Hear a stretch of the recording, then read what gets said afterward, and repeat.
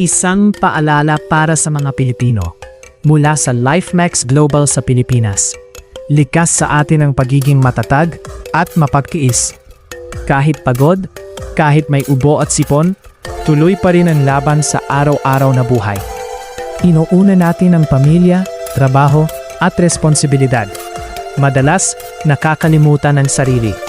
Ngunit ang madalas na panghihina, ubo at sipon ay paalala ng katawan na kailangan nito ng tamang pangangalaga. Sa pagbabago ng panahon, polusyon at stress, mas mahalagang bigyang halaga ang kalusugan bago pa ito tuluyang maapektuhan. Ito ang paalala ng LifeMax Global.